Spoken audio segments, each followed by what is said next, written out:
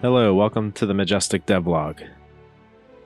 The Majestic is a casual open-world exploration game. You play as a bird character that can fly around these magical levels. You unlock objectives and watch an intimate story unfold. There's been a lot going on in the past month. The player character has been updated with a brand new model and animations. I've also finally started blocking out another level for the game. This level actually would be the first level of the game, and it's just in its beginning stages right now. I've been tightening up the script a lot.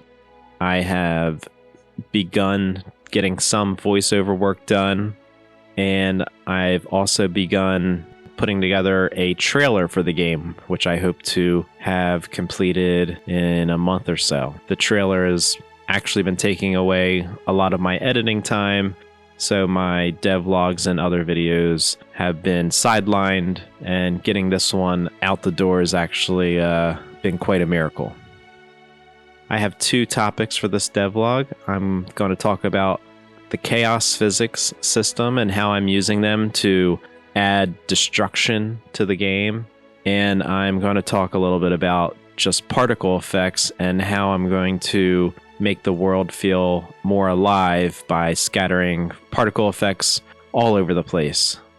A couple years ago, when I started developing the companion, that one of the very first things I created was a meteor shower for the game, and it was also one of the first videos I had created and posted publicly of my game dev journey. And ever since then, I've always wanted to enhance the visuals and do a little more with the meteor shower event. And one of the things I had envisioned was seeing these giant towers crumbling to the ground and buildings exploding and just showing a level of destruction in the game. So here is my test level with some buildings, and you'll see there are some spheres around each building, and each of these buildings has been fractured using the in-engine tools in Unreal Engine 5. And here's a little example of how the fracturing system works. I have a few tiers of destruction to try to keep it as efficient as possible. It's kind of like a tree system. The first level of destruction, there are 10 pieces that it can break into, and then each of those 10 pieces can break into another 5 pieces if they reach a certain damage threshold. And of those 50 pieces in level 2, each of those pieces can be broken up another 10 to 15 times more, and that's why level 3 has over 550 fragments of building. So in total, this one house has over 600 pieces it can break into if it was totally obliterated. And that's just the little house. Some of the bigger houses have several thousand pieces of destruction. And here's how the towers are broken apart. Again, I have it in 3 levels. So after fracturing the building, there's a few different ways you can utilize this fractured geometry.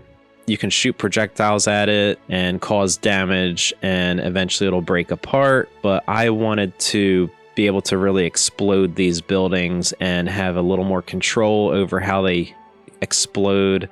So I went ahead and I'm utilizing the field system.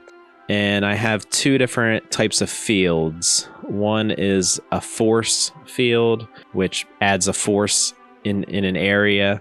I have a collider sphere that's meant to be a trigger. It'll detect if a meteor is coming to the building. So once the meteor crosses the trigger volume, it will then activate the explode event, which basically adds a force to the building that makes it explode. Another field, which is a simpler one, is the anchor field, and that basically keeps the building in place and anchors it to the ground. Overall, that's kind of the basics on how I'm getting these buildings to fracture and explode, but For the meteors, there's a little more setup involved. So here I have a meteor spawner, which is kind of like a meteor manager. And this big red arrow, I created that as a way to decide what direction or what trajectory the meteors will travel to Earth. In the companion, when I did the meteors for that game, they simply came straight down vertically, which was fine and everything, but I think coming in at an angle and being able to change that angle to my needs is a little more interesting. And you'll see some of them target the ground and just land in the grassy field, and some of them are targeting buildings. So I do have a random chance that if there is a force field in the level, there is a chance for it to be targeted by a meteor, and the meteor will line up with that force field and come straight towards it. And I did this just to guarantee that there is destruction, because it would be quite boring just to watch meteors hit the ground all day long and very seldomly cause anything to explode. And another thing I did was added a way to trigger a meteor to target a field. So if I reference one of the force fields, I can call an event that basically just says, spawn a meteor that's going to hit me. Having all that working, I then had to set up my town in my actual level. And what I did for this is, because this is kind of a cinematic, I didn't want all these fractured geometries and fields in the level all of the time. I'm not quite sure how it affects performance, but I just felt since they were only needed for the cinematic, I put everything into a separate layer, and when I want to activate the cinematic, I basically disable the buildings layer and then enable the meteors layer, which includes the buildings that will be destroyed by the meteors, as well as all the fields. And another benefit of this is I can reset the event pretty easily. Everything can be destroyed, and then when the cinematic's over, the layer can be swapped out back to the normal layer, the town exists again. So I thought that was a cool way to do it and hopefully somewhat perform it. Here is a bit of the sequence for the cinematic. And you can see I have a couple events where I take a couple of the force fields here, and I'm triggering that spawn meteor to hit me, which allows me to guarantee a meteor is going to hit a couple of the buildings, as you can see here. For cinematic purposes, I want them to explode at a certain time, and by being able to activate that event, I can guarantee that they will always explode at those times. The nice thing is there is still some randomness, and it will randomly target other fields as it all plays out, and the cinematic will never be the exact same every single time it's played, and there is always a chance one of these buildings that I'm directing to be hit could actually get hit sooner than I want, but I think that will be an infrequent thing, and I'm not too worried about it. The meteor itself, when it hits the ground, it will cause a camera shake if you are within the blast radius, and of course the explosion effect. So there's a lot of little pieces that had to be set up, and really the final thing is to work on sound effects. The other topic I wanted to talk about, it's a smaller topic, but something that adds a lot of life to the level. It's particle effects, specifically environmental effects. These would be like such as butterflies, insects, dust particles, dandelions, falling leaves, fireflies at night, and numerous others. So in my first game, The Companion, I hand placed all the particle effects. In the Majestic, when thinking about how to put these environment effects into the game, first, the levels are much larger, so it would just simply take a lot more time. Since there's a day-night cycle in this game, which there wasn't in the Companion, I then needed to think about, well, fireflies do not really come out at daytime, and butterflies might not be out at nighttime. I've created an effects manager. It spawns about up to 35 different particle effects around your player character in a pretty wide radius.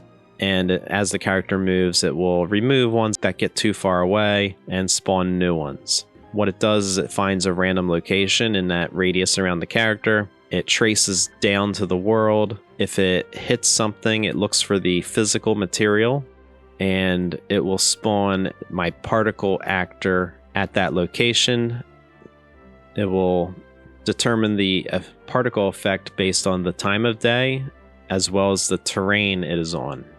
Additionally, when the time of day changes from day to night, I have it set all of the particles that are in the game. It will switch them out from the daytime versions to a nighttime version. So here's an example of that. There are these butterflies here, and as the sun is setting and it gets dark, now the butterflies have disappeared, and fireflies and these green insects have replaced all of the other particle effects. Now in the distance you can see these glowing dots, which are fireflies and glowing insects. And how I can control which particle effects to use, I have set up in a data asset a way to catalog the effects that should go to each type of terrain. And these data assets, I have one for daytime and one for nighttime. It will then look in the data asset, find the correct surface type. So it might be the grass surface. And if it's daytime, it's going to randomly choose either butterflies, dandelions, or insects. And if it was nighttime, and it can either choose from green glowing insects, or it will choose fireflies. So there has been a lot going on in the past month, and I think that's going to be it for this one. Please wishlist and subscribe, and I'll see you in the next one.